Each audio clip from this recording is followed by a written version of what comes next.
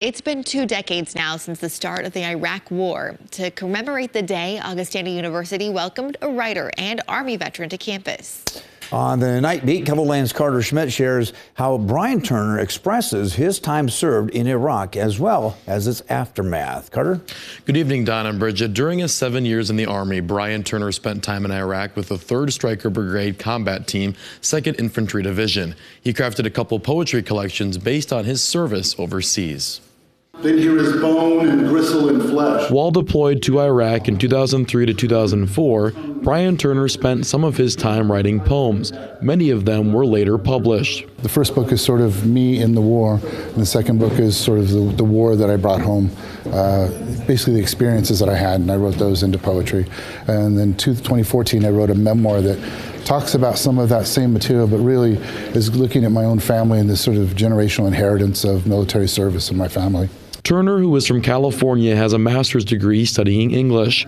While he was deployed, he says there were other soldiers interested in his poetry that would come to him for help while writing about their own experiences. Even in that one small platoon, there were a lot of people that, I guess in a sense, it stretches out to this idea that sometimes we look at soldiers in uniform and we forget that the word beauty and the imagination exists within them too, just like it does within everybody.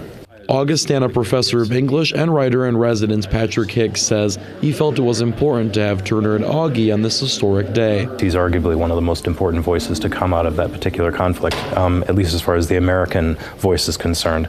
And I just wanted to mark that day and have a day where we could have veterans of all wars sort of join us here at Augustana. It's a way for veterans like Turner to have their stories heard. Historians will be writing their chapters and trying to finish the book that says these wars are over.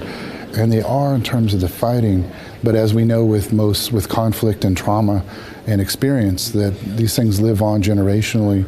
So will we attend to these responsibilities that we've started? And the more people that walk in, the more I feel confident that that is at least part of the process here in Sioux Falls. And in addition to his speech today, he also hosted a Q&A session and a book signing.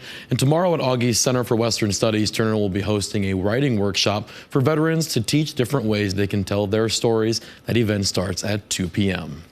All right, thank you, Carter.